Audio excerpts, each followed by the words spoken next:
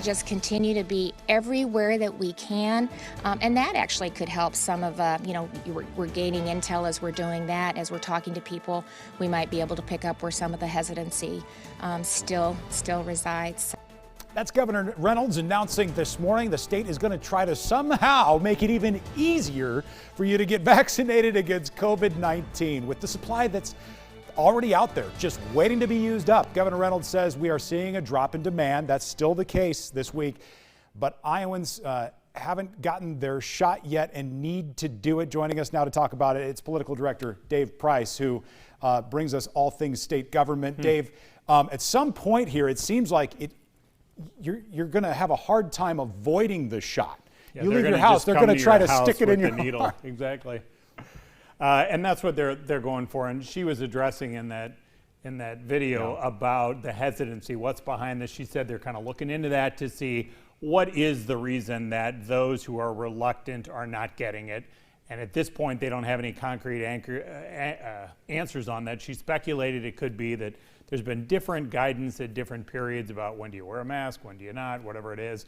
Maybe that confuses people, or maybe people just have a natural opposition to vaccines in general, but they're trying to find ways to connect. Yeah, it seems like most people, right, seem more middle of the road. They've gotten vaccinated 1 or 2 doses, and they're starting to think about taking off the masks outdoors. So the folks who are left are like anti-vax, or on the far opposite end of the spectrum, let's keep our masks on 24/7 and never leave the house. And you may have a chunk of people in particular who are younger. Yep. Who may just feel like they're not seeing the more serious cases of this, and that those tend to be people with some other health issue, or who might be older folks, so they just haven't gone to do it yet. And that's where they've discussed the idea about maybe do you take these vaccination clinics to a downtown farmers market, for example, where people may be. Last night we saw it over at Principal Park for the iCubs home opener over there. So it's right there, it's ready for people. You're walking by anyway, walk up there and get your shot. The governor bragged about and then took heat for returning $95 million to the federal government that was earmarked, Dave, for COVID-19 testing in schools. Bottom line, was that ever even needed? And that's what she talked about today. She would say no. Yeah. Now, while some people may look at this and say $95 million, how in the heck can you turn that money down? The governor, when she was on Fox News Thursday night disclosing this for the first time, had said that when it comes down to it, no Iowa school district has requested money for testing, the governor said today. And even if any districts did come forward with some requests, there is already a pot of money for that. So she said there would simply be no need for this $95 million. The state has already accepted federal money. An example would be through FEMA, where they do the Test Iowa sites where you can go get tested for free. You don't have to pay when you show up to do that. So she said there's just no need to this, so turn it down. Did Democrats kind of jump the gun on that before they really understood, the way the numbers work, when they were so quick to criticize before realizing, isn't it $1.1 billion that's available if the schools ask for it, but none have so far? There are several dips. Some of the money is kind of hard to keep track of because it comes through so many different streams here and so many different ways. I looked and added it all up. I believe altogether the state has been awarded $5.2 billion so far through this. Now it's 3.6 or 3.8, something like that, that it's actually arrived. So some of that still isn't even here yet because it goes through different phases.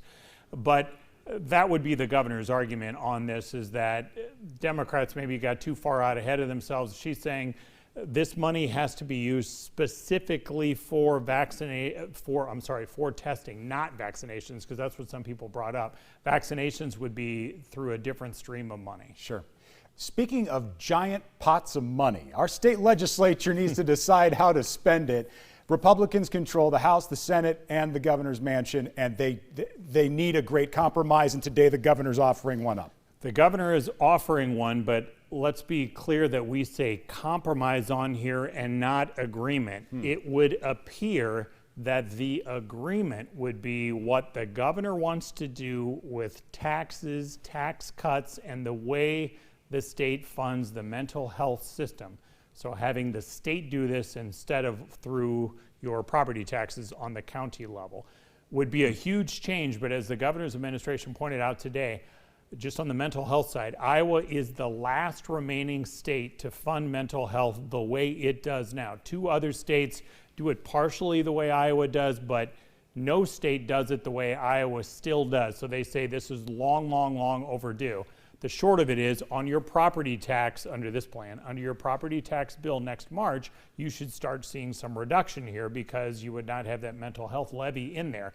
Then it phases out, so starting in the fiscal year 2023, it goes through the state, and in theory then more money would be going into these entities. The state would sort of contract out to the counties would perform the duty, the state would provide the money for this. So a county employee working in the mental health system would not be a state employee, but would still be a county employee if you're affected by this. But then they have some things built into it, so more money would be going into it. It's complicated, it's always been complicated, and it's still gonna be complicated. This is why it's even more complicated, Right. though. We have 3 things to think about here: the leader of the House, the leader of the Senate, and the governor. It would appear the governor and the Senate are together on this.